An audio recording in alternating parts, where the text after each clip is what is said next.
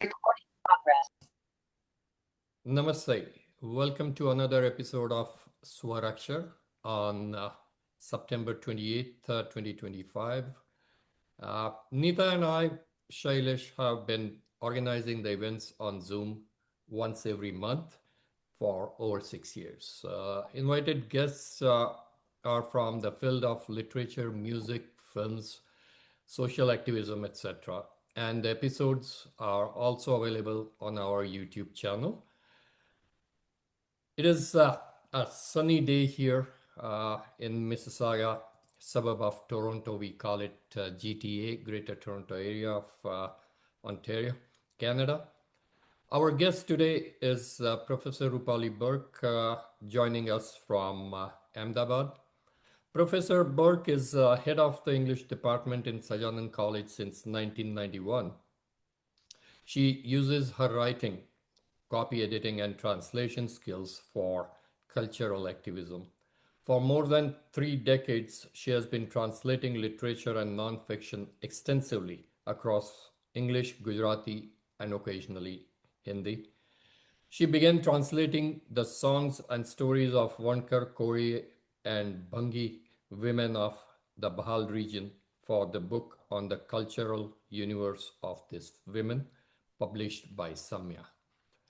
Her translations have appeared in journals like Indian Literature, the Cordite Poetry Reviews, Asymptote, Muse India, Guftagu, and anthologies like India Descents, 3000 Years of Difference, Doubt, and Argument, edited by Ashok Vajpayee, published by Speaking Tiger, Vimukta, Freedom Stories.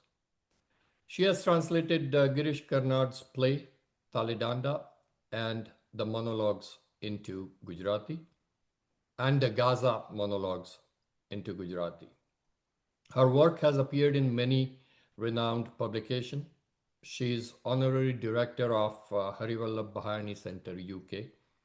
Today at Swar-Akshar, Rupalee will be talking about reading International Booker Prize winner Banu Mushtaq and Deepa Bhasthi Heart Lamp from multiple perspectives. Welcome, Rupalee. Namaste and good evening to all of you from Ahmedabad. Thank you, Sailesh Bhai and Neeta Ben, for inviting me to deliver this talk. I'm really very delighted to be among all of you because, as we just mentioned, the space for expression, especially certain kinds of expression, is shrinking world over. And therefore, for thinking individuals like us, such platforms are such a boon. It is such a relief to have such platforms. I'm here to share my reflections on Banu Mushtaq's and Deepa Bhasti's Heart Lamp, and I'm going to talk about that is the original stories and the translated version. But I will be saying why this version belongs exclusively to Deepa Bhasti because it is her translation. Uh, and I will talk about multiple perspectives along the way. The idea is to open up many avenues for discussion and raise questions in the process. This is my aim, that we not only at the end of the talk, but later on, that as a ripple effect, the discussion carries on, and the questions are raised and debates happen in larger society for larger good. Rivers of ink have been poured in the form of articles and reviews of the prize winning collection, and as many interviews of the writer translator duo have appeared in English and many other languages. Therefore, I do not wish to speak about the stories per se or attempt a critical evaluation of them. What I rather wish to do is to contextualize the collection as a work of fiction from the non canonical perspective, the politics of the original and its translation, but most importantly, its reception across the globe. A young academic mentioned the book to me when it was shortlisted for the International Booker. I looked it up on the internet and instantly I knew that I had to order it. When I was halfway through the stories, news about the collection winning the big prize was all over the place. Strangely, as a woman, an Indian, and a translator, I felt an intimate sense of fulfillment. I was filled with a sense of pride and joy. This wasn't some distant victory towards which I had to lean to celebrate the achievement of an individual of Indian origin. One notices in the trajectory of international literary prizes won by Indian writers the shift from translation into English through works written originally in English and back to translations, English translations of regional works. 112 years ago, Tagore's auto translation of Gitanjali won the Nobel Prize. The Booker Prize, given away to fiction, was won by three Indian writers writing in English: Arundhati Roy, Kiran Desai, and Arvind Adiga. The novels of these writers constitute what is termed Indian writing in English, though one is a writer of Indian origin, the other two are Indians. And it is against this hegemony that Indian texts in translations had to fight against. Indian texts in translations are still fighting against this hegemony of texts written originally in English. Besides other factors, it was from 2016 when the International Booker Prize started annual awards to single works of fiction published in the UK or Ireland, that the worth of translated works had increased manifold. So this is a watershed moment, that 2016, because English translations of regional works was given away as a separate prize, that the worth of translated works, that is of regional works translated into English, was increased. In 2022, Gitanjali Shree's Ret Samadhi, translated by Daisy Rockwell as Tomb of Sand, won the International Booker, but the translator was non-Indian. In the case of Heart Lamp, Deepa is an Indian and a Kannadiga. Her translation is a direct one from the original Kannada into English. This guarantees an authentic translation as compared to indirect translations via media, English or Hindi translations of works written in the various regional languages of India. Worse still, these indirect translations go on to win prizes awarded for translations from one bhasha to another simply because the route taken is not revealed. You see, for example, the Central Academy here awards a prize to a work that is translated from, say, Sindhi into Gujarati. But if it is done via the Hindi translation of the Sindhi work and the Hindi translation, which is via media, is not revealed, then it qualifies for the prize. And sadly, this is also being done. Now, when I translated Girish Karnad's Talidan into Gujarati, it was via media, the English translation. But here, although it was the English translation, it guaranteed authenticity because it was auto-translated by Girishji himself. Now, even here, there is a difference. Despite this, I mean, Girishji translating his own work from Kannada into English, he has said there clearly that English was inadequate to convey very many culture-specific nuances. Now, imagine this coming from a writer like Girishji, who wrote originally in Kannada, who was a Rhodes Scholar with a stint at OUP. So he is equally proficient in both the languages. It's not as if he has stayed abroad and has lost touch with his mother tongue, because he originally writes in Kannada. Now, I look at Deepa's translation in this context, and I feel that her achievement is admirable. So anybody who has read Deepa's translator's note will get the point of how hard she has worked to carry across those nuances and the techniques and tactics that she has employed.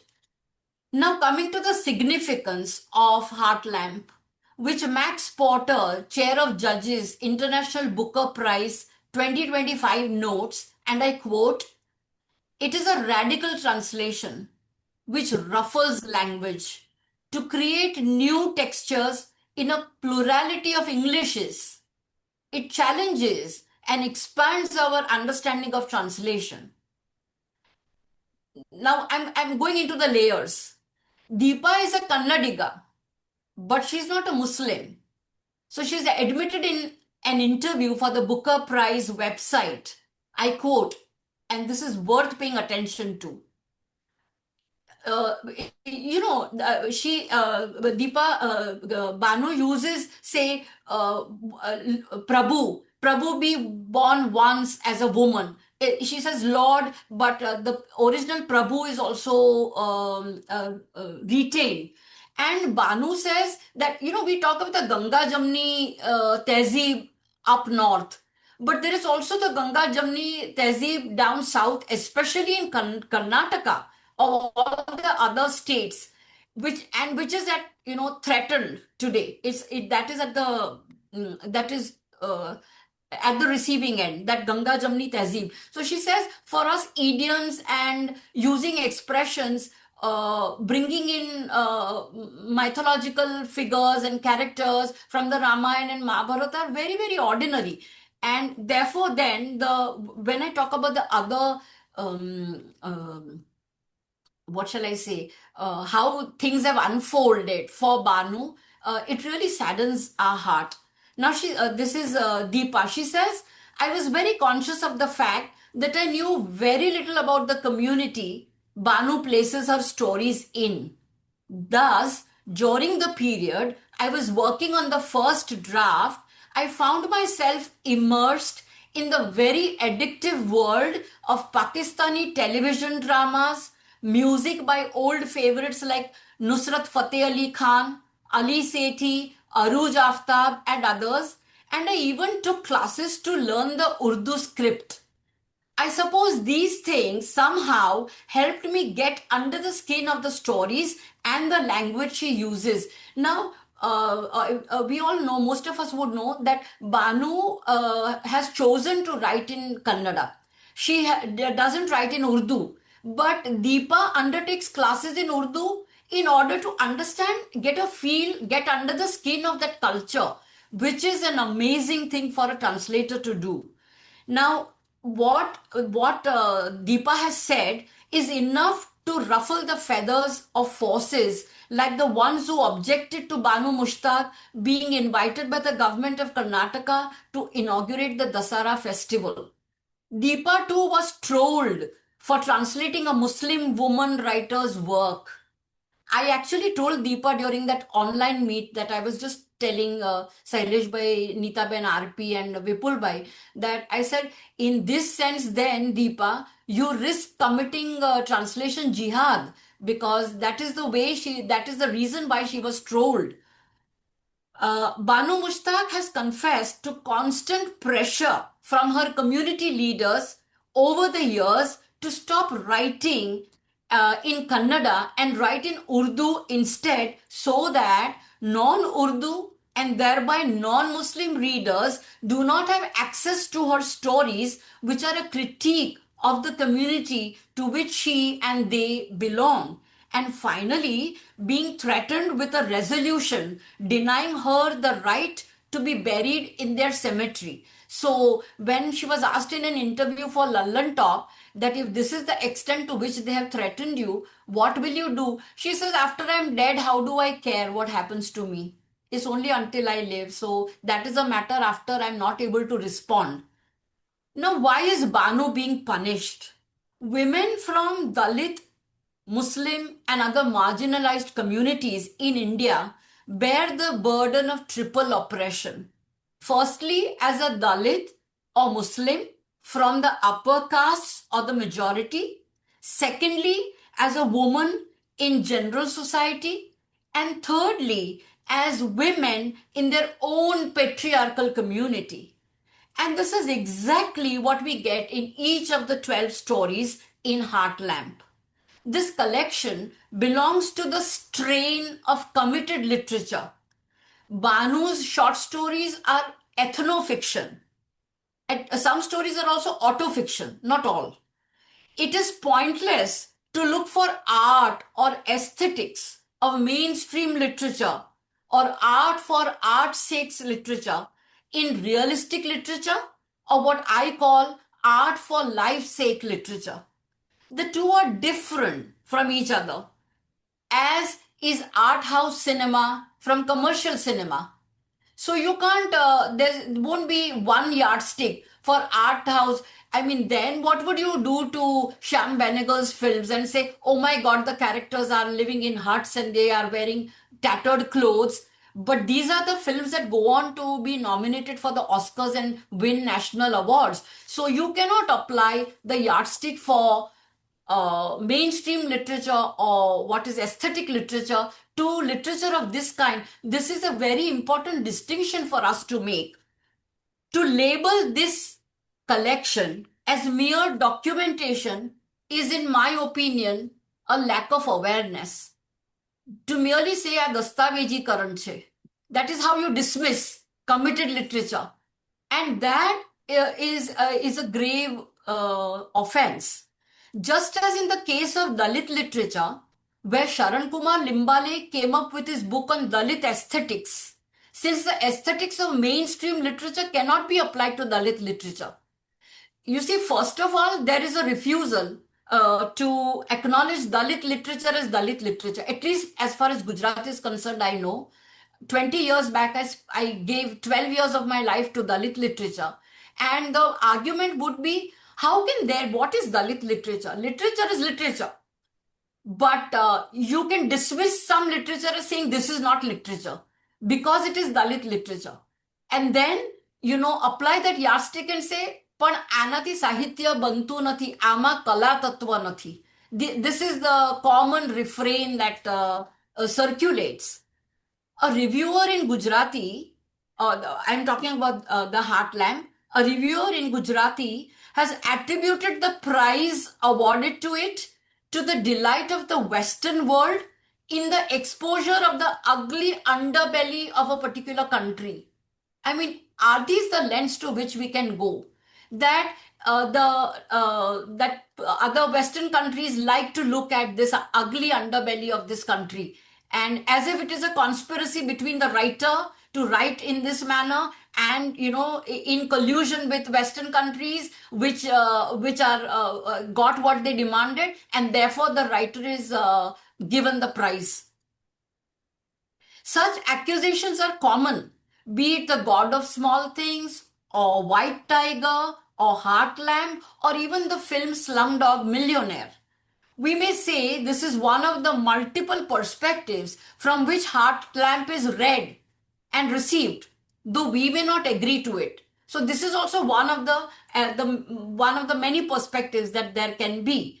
And so just as one perspective, believers may not believe in the other perspective and vice versa. Banu, Mushtaq and Deepa Bhasthi have made history for us. Over 230,000 copies were sold until May when the prize was announced. This has been the impact. A proud moment for our country, both Indians and both women. And yet they haven't received accolades back home as one expects. Instead, their win is met with indifference. And to the aware audience, I need not spell out that from the recognition that comes from the many places in the country which is desired has not come. The reason is obvious, given the direction in which things are moving in our country. Why does Banu remain unruffled in the face of all this? As she says in the Booker Prize's interview, and I quote her, the 1970s was a decade of movements in Karnataka. The Dalit movement, farmers movement, language movement, rebellion movement, women's struggles, environmental activism, and theater activities, among others, had a profound impact on me. My direct engagement with the lives of marginalized communities, women, and the neglected along with their expressions, gave me the strength to write. Overall, the social conditions of Karnataka shaped me, unquote. So, these are the forces that have gone into her making, and this is what makes her a reckoning force herself. Now, she's one of the few women writers of the Bandaya Sahitya movement.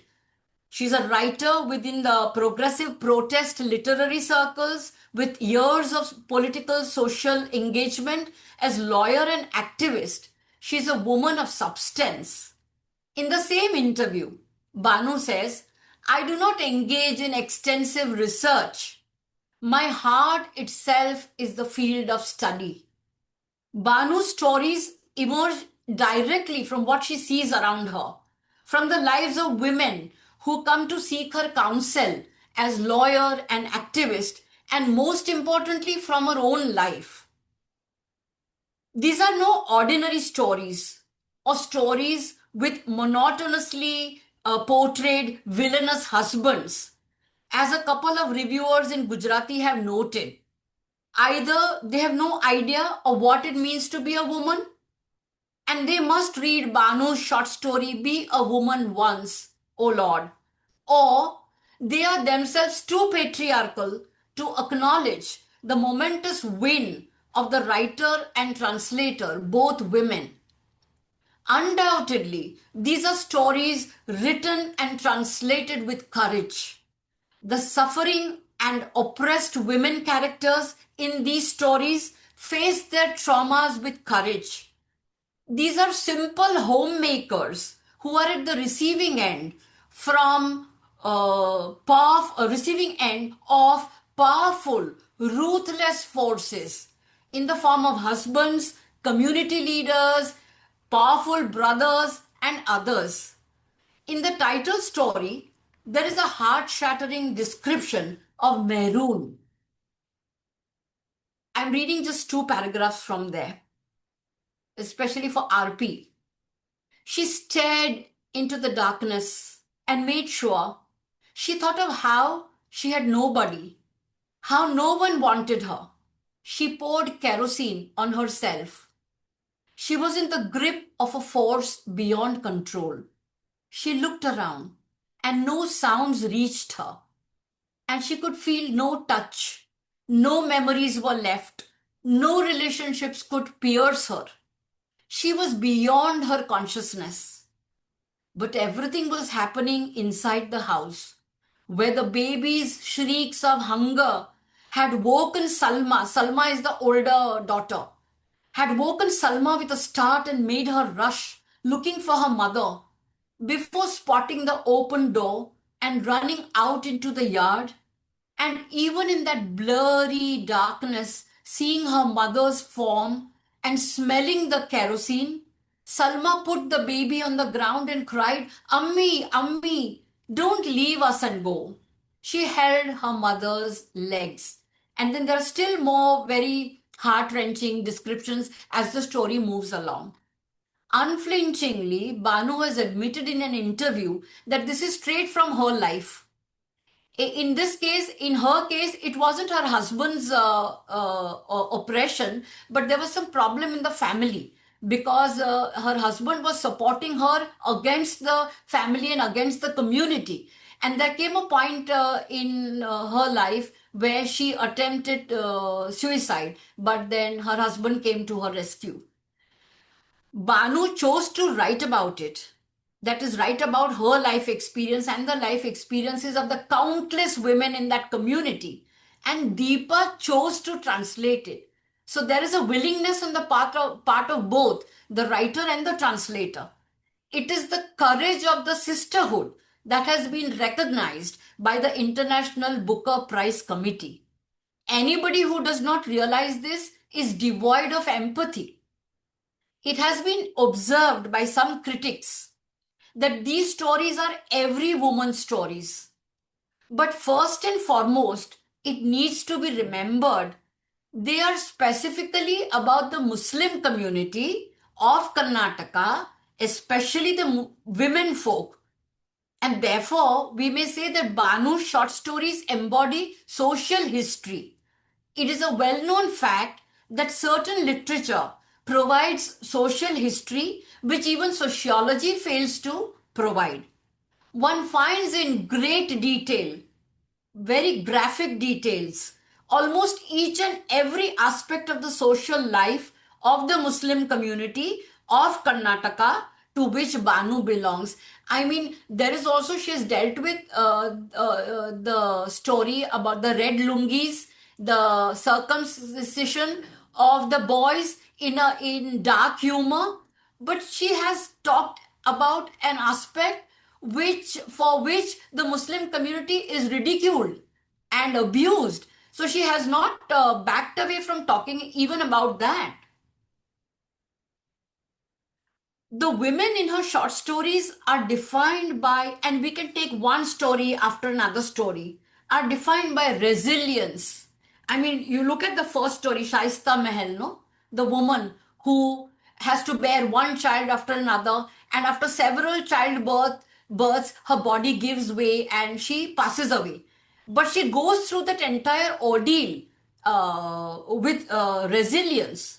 So the women in her short stories are defined by resilience, by forbearance, stoicism, even resistance in the face of blatant violence, patriarchy, and toxic masculinity. In 1981, Afro American writer Alice Walker coined the term womanism, which is described as the feminist intellectual framework that focuses on the conditions and concerns of women of color and working class women, black women, but from a poor economic background. And this is the group that Banu's women characters come from. So especially black women, that is women of color.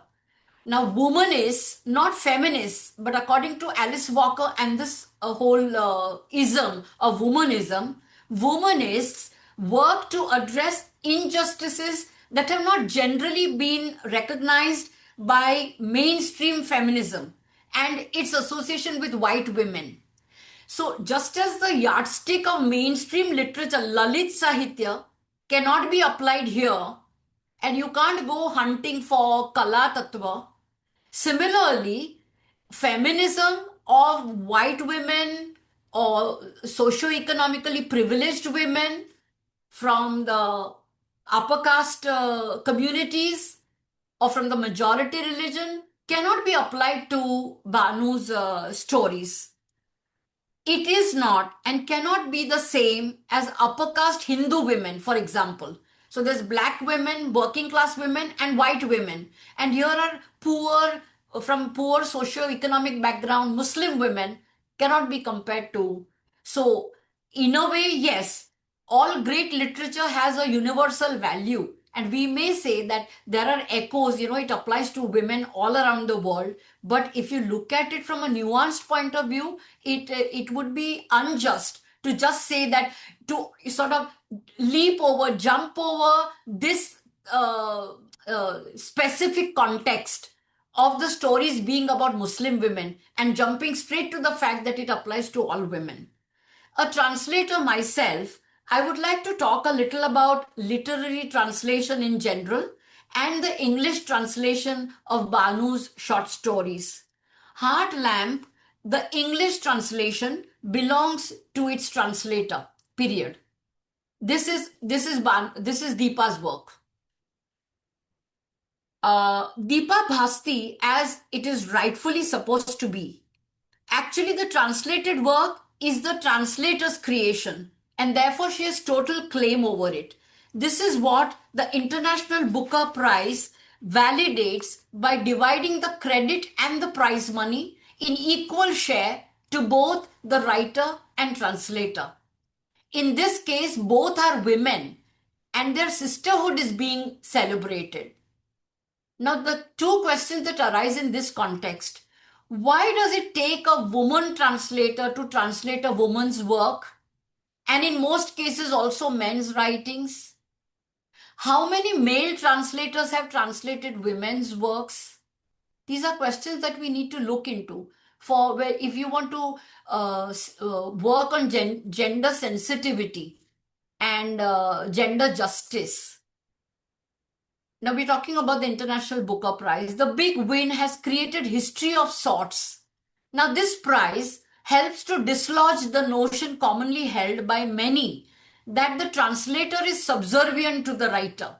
Not to mention how the bias of the readers towards translated works and the profit-making tendency of the publishers lead to the marginalizing of the translated works, or worse still, it leads to the invisibility of the translator by doing away with her name on the cover as an eyewash to make it appear like an original work. And Vipulbhai was mentioning Perumal Murugan's books, but you will discover if you look up the internet that many leading national publishers, including the translated works of Perumal Murugan, do not have the name of the translator on the cover.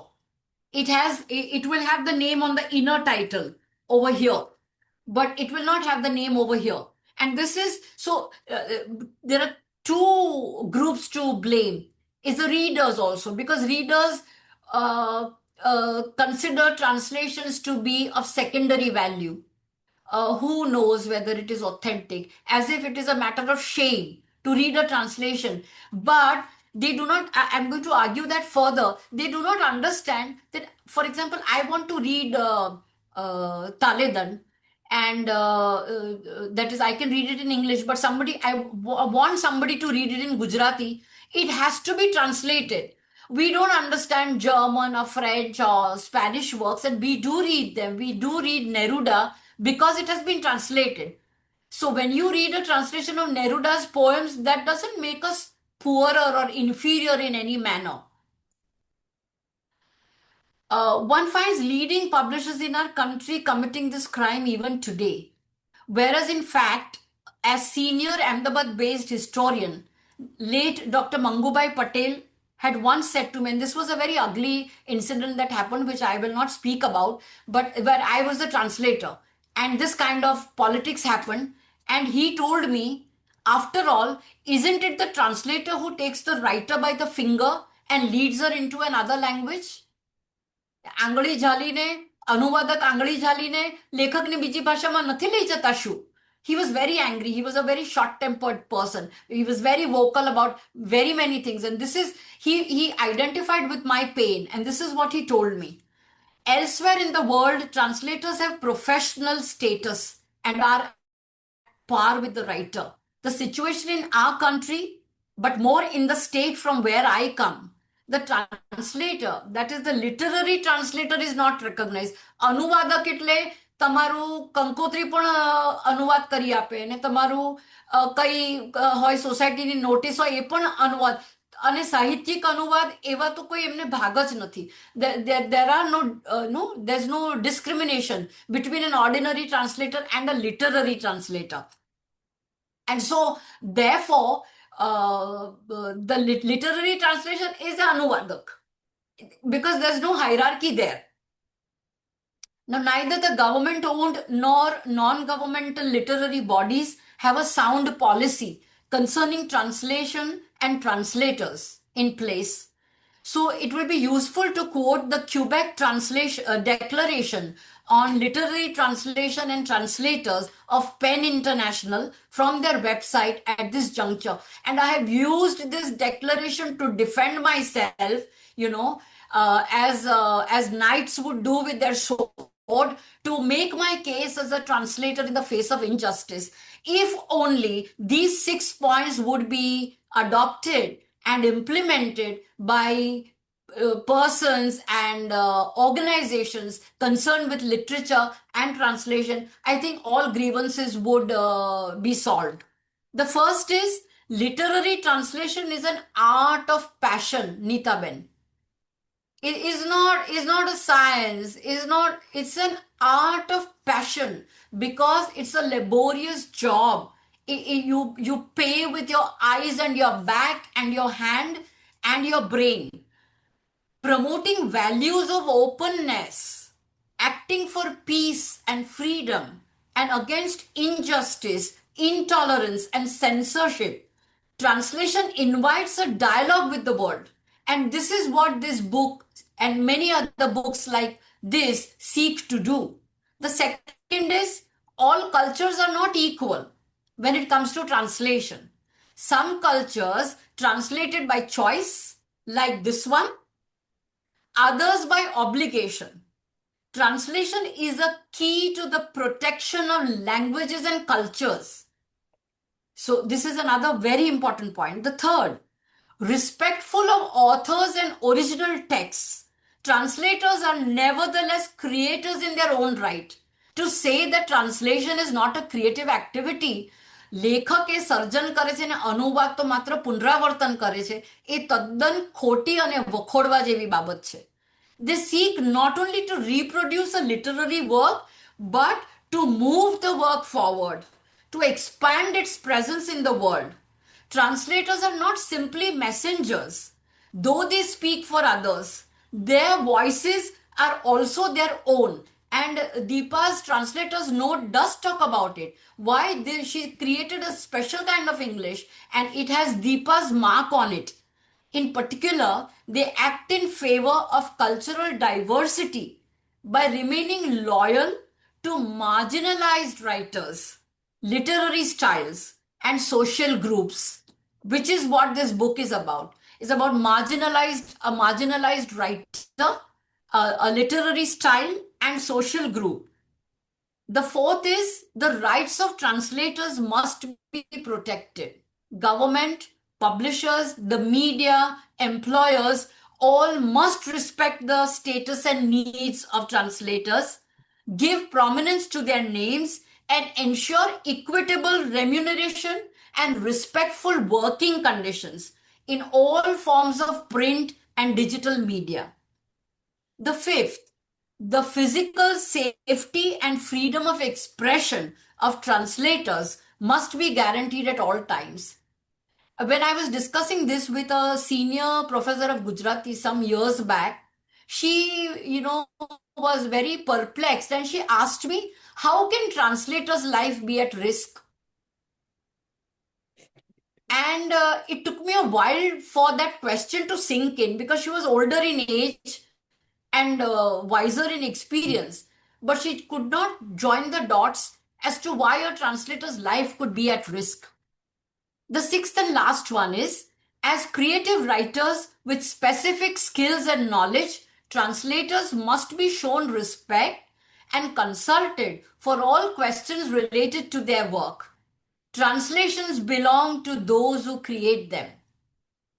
So, in order to understand the worth and the pitiful conditions that translation and translators are in some parts of the world, these 6 points of the Quebec Declaration are extremely useful. Translation, such as in the case of Heart Lamb, is a collaborative translation. When she is a contemporary writer who is available for consultation, somebody like Banu, a writer who is not alive. You may choose to translate a writer who is your contemporary, like in this case. Now, Deepa has said that Banu had approached her to translate her stories and that she let her have a free hand in translating the way she wanted. Now, in this case, Banu does understand and speak English. But there could be a contemporary writer. If I want to translate a Gujarati contemporary writer, he or she may not know English, right? And I have a humorous episode to share with y'all where what happens when that is the case. Now here, although Banu knows English, she did not interfere with Deepa's translations and let her have a free hand. But I have another incident also to share. Now, when she does this, it implies the trust that Banu invests in Deepa as a translator. Also because she is not as proficient in the English language as Deepa is, but at least she has a functional proficiency in English. Translators may not always have such luck, and I did not have that luck at some point of time. As a translator, I have faced writers who lack proficiency in English, who would consult a Gujarati to English dictionary and argue endlessly over the choice of a word, the nuances of which they do not understand. This is among the many other factors that contribute to the success of a translated work. The evident ones being, and it's very important, who is the writer? Which work is selected for translation? Who is the translator? Who is the publisher? Is there an agent? Who is the agent? And what is the reach of that agent? It is the need of the hour to address the Malays in the context of literary translation in Gujarat is what I've been crying hoarse over the years. I've been very vocal because I've been at the receiving end. And so I keep, whatever it is, I come back to this point and say, well, let's do something about literary translation in Gujarat. And so this is a platform again from which I'm voicing this concern. Finally, in conclusion, I wish to refer to Banu Mushtaq's inaugural address at the Mysuru Dasara festival, where she urged citizens to respect democracy and erase boundaries. I quote, she says, our culture forms our roots and harmony is our strength. Let us build a society filled with human values and love, giving everyone a share of opportunities. Unquote. With what grace and dignity Banu has responded to the forces that threaten these democratic and human values. I salute Banu and Deepa and express my solidarity with them. Thank you for listening patiently. Over to you, Sailesh Bhai and Neeta Ben. Yes, thank you. Thank you very much, Rupali ji, for talking about this book. It's not only just you, I would say, as a translator, I'll take a moment to talk about your lecture as well as a few things that I have noted as a translator. First of all, what you talked about importance of translation is amazing. And you know, when you talked about few points, I mean, I'm not going to repeat all that, but I have made notes of that, and definitely it requires a lot of courage. So kudos to Deepa Bhashti, and thank you very much once again for calling it Deepa Bhashti, the translator's book, and not only Banu Mushtaq. Maybe everybody would remember, I would say not everybody by words that you put in. Not everybody will remember it as Banu Mushtaq winning Booker Prize, but taking the name Deepa Bhashti at the same level and mentioning that all the time. And I also Yes. appreciate how you use those words about Lalit Sahitya and Dalit Sahitya, art for art's sake. All the time we have been hearing that art for art's sake hovu જોઈએ. No, art for life's sake. So that was very, very important. And of course, the but the kind of challenges the writer faces when she or he they when they write about all these things. I'll focus on a she because we are talking about uh, the the story is written by a woman, and very, very important, the different areas you focused on, that how important it is and how different it is. And if somebody doesn't like these stories, it's just in a nutshell, if you want to say, they lack empathy. That's it, nothing but that, I would say. And thank you very much for bringing up this socio-economic issues in front and just let people know that, okay, and you truly celebrated that sisterhood, Deepa's and Banu's, and you and I being part of The that sisterhood. sisterhood. I would really appreciate Yes. that. What you brought up is very, very important. So I highly recommend to the ladies and the gentlemen, please read it. If you have not, you must read this translation. And thank you, Rupali ji, once again for bringing all this. And I have to tell you that we being from Canada, bringing in Quebec Declaration and the points we have been talking about it.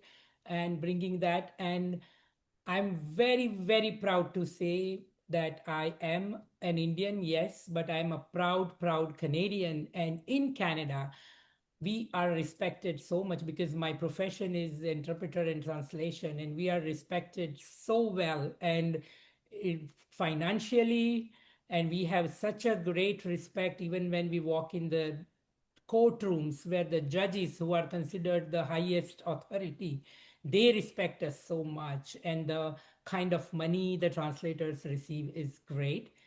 So yes, and you should be vocal about it, and you have put your points forward very well. And Swar-Akshar, really thank you for that, for bringing that up. And if you don't mind, if you have few minutes, we will open the gallery for our Yes, viewers yes. to ask few questions. Thank you, friends. As always, we have done. We are opening the gallery, and you all can ask questions. Please, your virtual hand or your physical hand, and we will invite you one after the other, and y'all can have your questions or comments. Thank you. And in the meantime, we see any hands, Rupalee ji. I'll add to what Nita said. This is more a bit of feedback from your talk today. Yes, the patriarchy still remains. It's a challenge. At the same time, Deepa Bhasthi and Banu ji would bring such stories.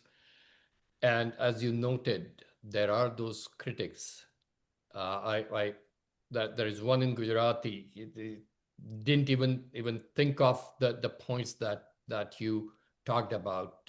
Wrote almost on the similar lines that this is aesthetically it's not a Booker Prize winning stories and so on and so forth. So yeah, there is a lot of lack of empathy and understanding. So again, kudos to you, and thank you very much. Anybody with a question, feedback? Oh, Surendraji, go ahead. You're mute. Perfect. Can you hear me now? Yes. Okay. Thank you, Shailesh Bhai and Neeta Ben, for bringing such an enlightened speaker to us. And Rupalee ji, I don't have enough words for your praise, particularly because you really touched upon all the perspectives as best as I can say, and you made a very strong, a very legitimate case for translators. I, in my humble capacity, am one, although I'm not very much published. Anyway, what I will say is that we, as general reading public, need to get over the biases and prejudices that we still have, if we have those. And people like Shailesh Bhai, Nita Ben, Vipul Bhai, if I may say again with all humility me, we are above those prejudices. But like you said, Rupalee ji, there are still many who hold grudges and prejudices and biases for translators, and they hold them, they look at them in a very different light. We really need to get over that, especially in the Indian context, where India, as we all know, of course, is a land of many languages. And how do we bring literature of one language into another language? So, translators do come very prominently in the picture, and that's the point you made with, again, touching on all the perspectives. So, thank you, Rupalee ji, and thank you, you two organizers. We are the richer for listening to today's talk. Thank you. Thank you, Surendra Bhai. As always, Ji. thank you.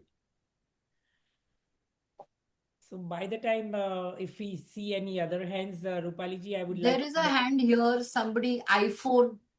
I don't see. But there's a virtual hand I can see. iPhone, it says iPhone. Okay. Okay, we don't see, but go ahead, iPhone. There seems to be a hand somewhere. You will have to unmute. There is only one iPhone there, it says. Okay. No, okay. Okay. And before Nita goes, before I forget, Rupalee ji, Panna Ben Panna Nayak, they are driving on their way to Washington, D.C. She said hello, and Panna Ben said she'll be catching up your talk on YouTube later on. Okay. Please say hello to her whenever you talk to Thank her. you. Definitely. Yes. So one more thing I wanted to mention as a translator, as you said, that translators create the new world, and આંગળી ચાલીને લઈ જાય ત્યાં સુધી. So that's a great way to look at translators if people don't look at them that way. So I will just give one example. I was translating a story by Google in Russian, translated in English, and I was translating it in Gujarati. And one word that it says red. So for that, for the people who understand Gujarati, I would like to say કે ત્યારે definitely એ ટ્રાન્સલેટરના મગજમાં વિચાર આવે કે લાલ વાપરવું, રાતા વાપરવું કે રતુંબડા વાપરવું. So that is the kind of pain and thought the translator puts into it, and they work on it. So please appreciate that and try to Absolutely. understand. Thank you, Hasuben.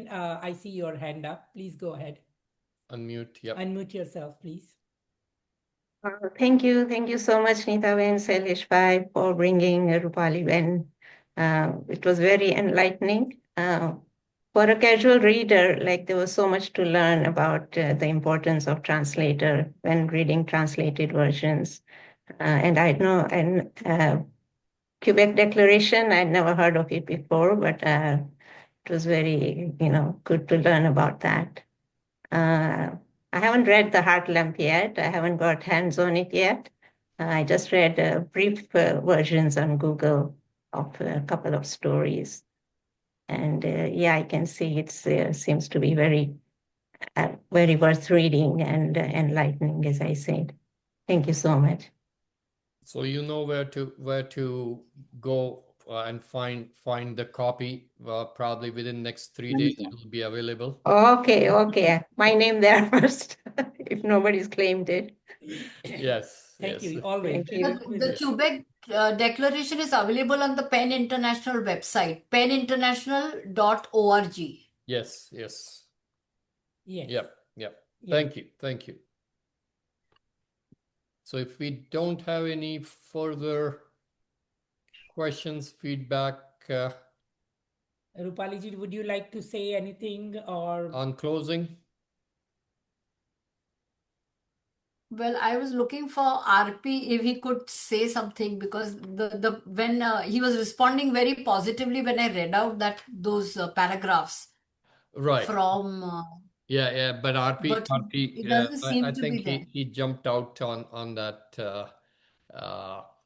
cricket match that's going on. Oh, I see. Yeah. No, so the whole point is these stories, as Surendra Bhai also mentioned, no, not only prejudiced against translators, but as individuals, as human beings, we are prejudiced against people who are not like us. So, the people on you call them people on the margins, or you call them the other. So this otherization that happens all the time. Those who are not like you are the others. And here we talk about the translator and translation being a bridge and link between cultures. Translation being an agent of conservation of culture. All of that is thrown out of the window. But it is as if, the attitude of A and B group towards the other is very condescending, is very upsetting in a way, that they, rather than wanting to find out more about them, it is as if, there's a dismissive attitude. Who wants to read about them? Why should we read about them? So this kind of narrowness that happens, and that atmosphere is now growing to dangerous proportions. What will happen as a consequence is humankind is going to suffer. yes? You see the kind of atmosphere that is building up. There's going to be a lot of unrest.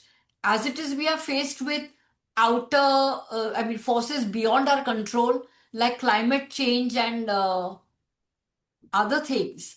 There's also the generational shift which is happening. So the new generation is a generation that does not think like us, is difficult to control, has their own logic.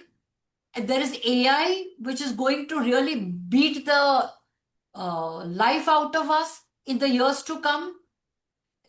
They will be sort of human beings and we will be like robots. So our very identity as human beings is going to be endangered. And here we are nitpicking, you know, about this religion, that language. There's a language war, there is communalism, there is a gender war. I mean, centuries have passed. My testimony is I'm still fighting patriarchy in society at large, at the workplace. I'm not a privileged person. I do have to remind the world and fight for my voice to be heard. So it's not a very happy situation, and it's we are becoming a minority. People who think for human values, for democratic values. So the only weapon we have is hope and courage, which is what Banu Mushtaq, as an individual, apart from a writer, as an individual, she embodies that. Yes. I mean, the way she was, there was a protest against her coming as the chief guest, citing the reason of her religion, that she can't be present on the stage to pay respects to the deity, the goddess. And then the matter was resolved, and yet she doesn't carry any bitterness. Yeah. So we are human beings first. I mean, shouldn't the world be like that? That we are human beings first. Then we are this nationality or that nationality, this religion or that religion, and this gender or that gender. Hope and courage are the two watchwords. Yes, you're so Would you right. like to say? And I have to tell you one thing, and after that, Surendra Bhai wants to say something, so I'll pass on to him. He just wants 1 minute. But I'll tell you that what you said, one point I missed in telling you that when you said why there are more female translators than male, the reason the empathy is the word and understanding both the sides of the story is there because if I just may make that statement or the word, if I may use it in Gujarati, most of the people think that translators are the women who don't have anything else to do. So ઘરગથ્થુ ઉદ્યોગની જેમ એ લોકો ઘરમાં બેસીને translation કરતા રહે છે without understanding the technicalities of that person and I'm sure Rupali ji, you have done that, I have done that we have other full-time job and we are doing this along with that, so it's not a gargathu udyog or time pass for us. It something is appealing to you and you are doing it, so that's very important. Yeah, so Yes. uh, Yes, certainly. yeah, Surendra Bhai, you can say whatever you Yes. have, please, and thank you. All I want to say is, yeah, so thanks for giving me the opportunity again. All I'm going to say is, I'm not yet. I mean, when I found a few months ago that she has won, would you believe, like all of us like-minded friends, my heart was filled with joy. An Indian lady has won, an Indian has won, and an Indian lady has won, translated again by an Indian woman. I was very happy. So I'm going to read the book. And Nitaben, the last point that you made, કે આ રીતે translators are looked upon, કે આ તો હવે શું ઠીક, not good. That's where I made the point about bias and prejudice. Anyway, thanks. Thank you for registering that. Toralben તમને આપું એક જ સેકન્ડમાં. So just to kind of give or reflect something about biases. Recently, I work with local hospital here, in fact, 3 hospitals, and I was part of judging panel of their innovation projects. And as the note to the judges, we were asked to look into our biases. There were 7 kind of biases that were listed, and I couldn't believe. I had to say I don't identify with any one of them. So again, the point I'm trying to make is that biases are so ingrown and inborn in us that we don't even know, because I had to look at this and say, oh my God, there are this kind of biases. So yeah, that is so true. Toralben. Unmute કરજો. You need to unmute, Toral. Yeah, okay. એક તો એમ કે ભાઈ ટ્રાન્સલેટર્સ are very important, નહીં તો બીજા દેશનું કે આપણા બીજા રાજ્યોનું જે સાહિત્ય હોય એ આપણે વાંચવા ન મળે અને વી કેનોટ એન્જોય ઇટ. એટલે ટ્રાન્સલેટર છે એ આપણા પોતાના જે આપણી પોતાની ભાષા હોય એના રૂપમાં એ લોકો આપણી સામે મૂકે છે, એટલે વી એન્જોય ઇટ, આપણે આનંદ આવે છે અને આપણે સમજી શકીએ છીએ. અને બીજું એ કે તમે એકાદ બે સ્ટોરી વાંચીએ તો વધારે મને મજા આવે. અને thank you all of you to bring us, such a nice platform. We are lucky to be on this platform. Thank you, Neetaben, Shaileshbhai, and Rupaliben. Thank you. Thank I you. have this book. I can read all the 12 stories if you want. Because Yeah. I can talk endlessly. My job is to talk in the classroom, so I can read if you want. But there are constraints of time. Toralben, we have the book, and there is already one person ahead of you who has booked the book. So you can have it. If you don't want to buy your own copy, you can borrow it and read it. And I think it has already arrived at our local libraries. You can check. Yeah, it's one one must read the stories. So Thank you. with that, we'll end today's session. And on behalf of Swar-Akshar, Rupalee ji, thank you very much. This was such a great discussion or what we heard from you. So thank you very much, and we'll meet again soon. Thank you. The pleasure was mine. Thank you. Thank you.